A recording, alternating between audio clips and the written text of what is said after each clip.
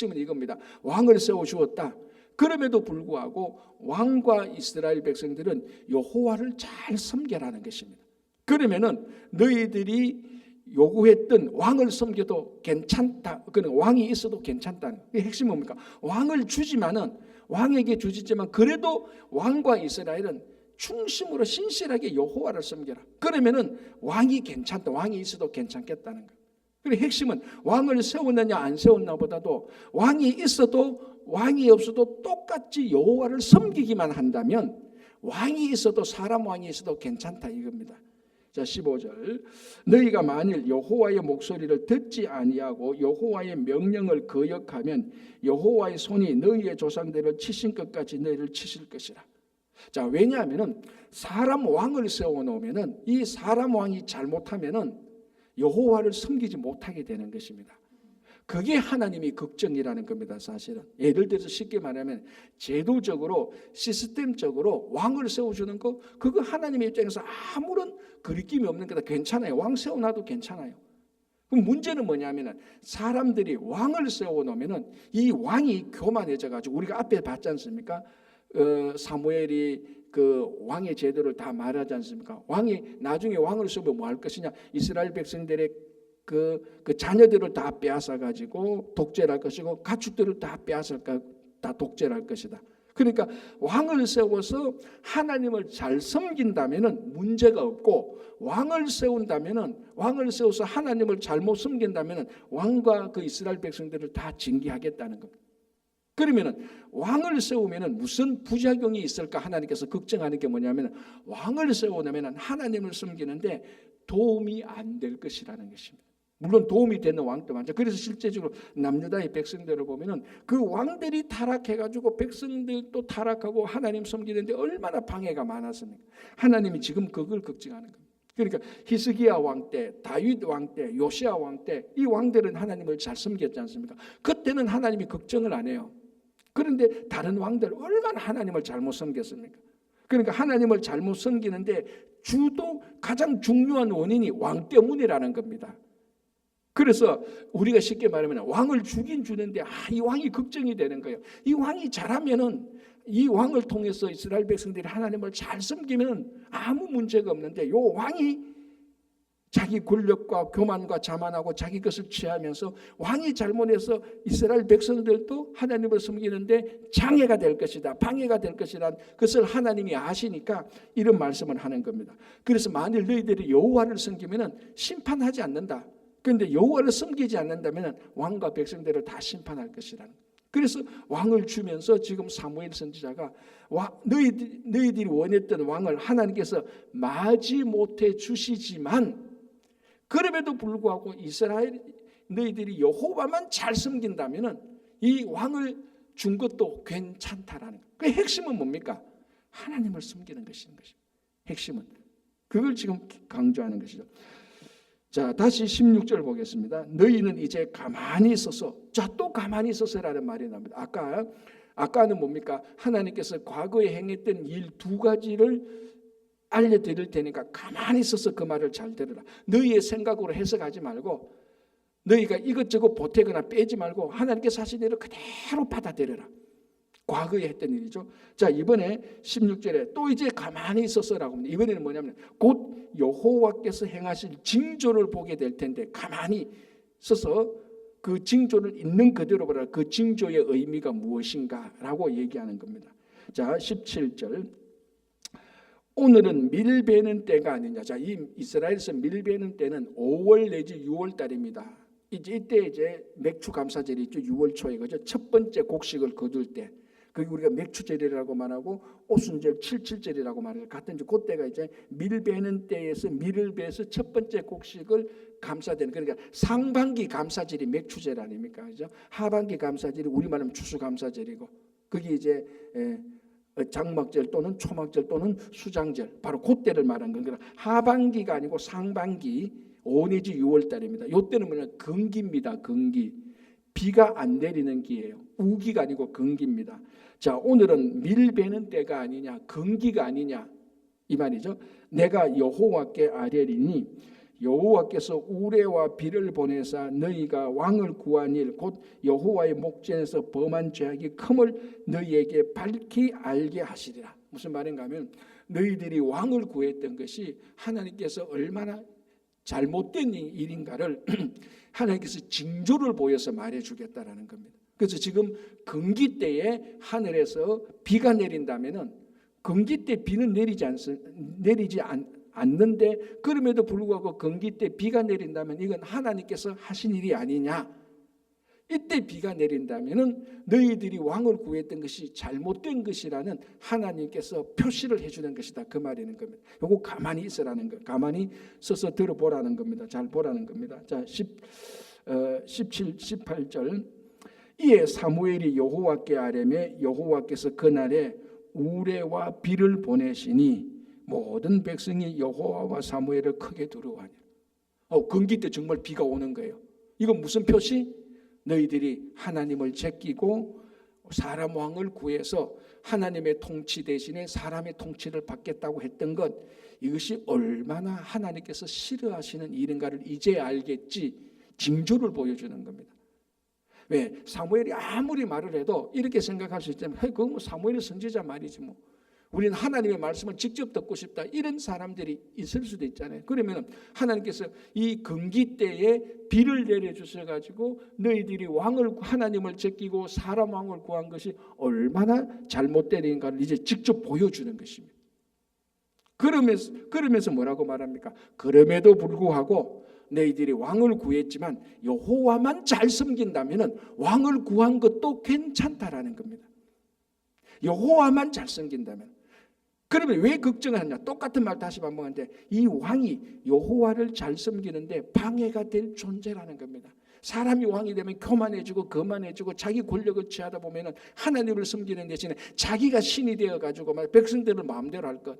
하나님이 사람을 가장 잘 알지 않습니까? 그래서 하나님은 계속해서 걱정되면서 그럼에도 불구하고 왕을 주시면서도 계속 하나님을 섬기라고 말을 하는 것입니다. 그래서 너희들이 하나님의 통치를 싫어하고 하나님의 통치를 싫어하고 사람의 통치를 받는 것이 얼마나 잘못된 것을 건기 때의 비를 대해서 명확히 보여주시는 거예요. 그러니까 이제 그제서야 백성들이 막 두려워하는 거죠. 와, 우리가 진짜 잘못했구나. 왕을 구한 게 잘못이구나 라고 말을 합니다. 자, 그래서 19절에 이렇게 말하죠. 모든 백성이 사무엘에게 이르되 당신의 종들을 위하여 당신의 하나님 여호와께 기도하여 우리가 죽지 않게 하소서. 이제 겁이 났던 거예요. 와, 우리가 정말 큰 잘못을 했구나. 왕을 구한 게 큰 잘못이었구나. 저 하늘에서 비를 내린다면은 하늘에서 불도 내릴 수 있겠구나. 우리 죽겠구나. 그러면 선지자님 기도해 주십시오. 우리 살도록 하나님께 그렇게 요청하는 겁니다. 자, 중간에 우리가 우리 모든 죄에 왕을 구하는 악을 더하였나이다. 이제 안 거예요. 우리가 왕을 구했는 것이 이게 모든 죄에다가 또 다른 죄를 구했는, 또 다른 죄를 더한 것하고 마찬가지고 라고 자기들이 이제 죄를 깨닫게 된 것입니다. 자, 20절에 사무엘이 백성에게 이르되 두려워하지 말라. 너희가 과연 이 모든 악을 행하였으나 여호와를 따르는 데에서 돌아서지 말고 오직 너희의 마음을 다하여 여호와를 섬기라. 자, 제가 말했죠. 핵심은 왕이 있나 없나 그게 핵심이 아닙니다. 여호와를 계속해서 잘 섬기느냐 못 섬기느냐 이게 핵심인 것입니다. 근데 왕을 세워놓으면 하나님을 섬기는데 방해되니까 왕을 안 세우기를 원했지만 어차피 세워진 왕, 그렇다면 너희들은 이 왕과 백성들이 합하여서 하나님을 잘 섬겨라. 그러면 된다라는 겁니다. 그러면 된다. 오늘날 우리가 어떤 사람이 있든지 어디서 살든지 무엇이든지 모든 우리 삶의 본질은 여호와 하나님을 잘 섬기면 되는 것입니다. 내 동쪽으로 가든지 서쪽으로 가든지 여기 계속 머물러 있든지 그거는 다 두 번째입니다. 우리가 미국 대통령하고 살든지 한국 대통령하고 살든지 그건 다 두 번째입니다. 여호와를 잘 섬기라. 그러면 괜찮다는 거예요. 그걸 계속해서 반복해서 말하는 것이죠. 그래서 여호와를 따르는 데서 돌아서지 말고 오직 너희의 마음을 다하여 여호와를 섬기라 라고 얘기를 하고 있습니다. 자, 21절 돌아서서 유익하게도 못하며 구원하지도 못하는 헛된 것을 따르지 말라. 그들은 헛되더라. 가나안에 있는 우상들은 헛되다라고 말합니다. 22절에 여호와께서 너희를 자기 백성으로 삼으신 것을 기뻐하셨으므로 여호와께서는 그의 크신 이름을 위해서라도 자기 백성을 버리지 아니하실 것이요.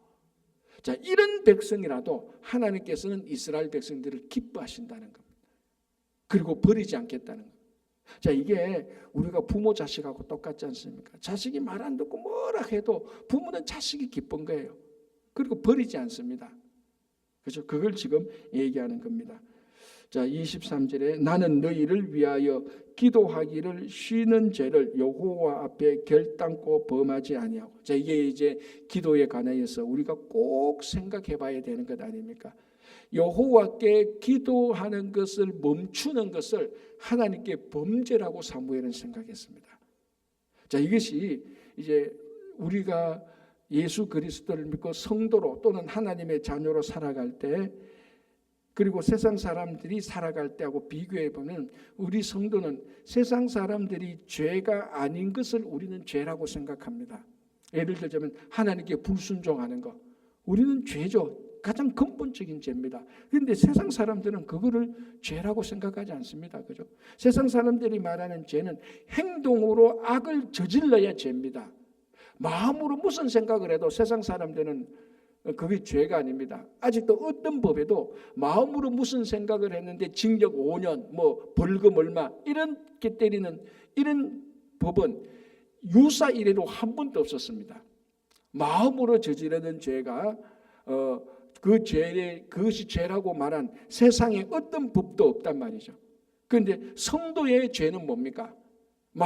가장 근본적인 죄가 마음으로 하나님을 섬기지 않는 것이 가장 큰 죄입니다. 그러니까 성도의 죄와 세상 사람들의 죄는 본질적으로 다르죠. 자, 그런 차원에서 성도들은 하나님께 기도하지 않는 것이 죄라는 것입니다. 오늘 사무엘 선지자.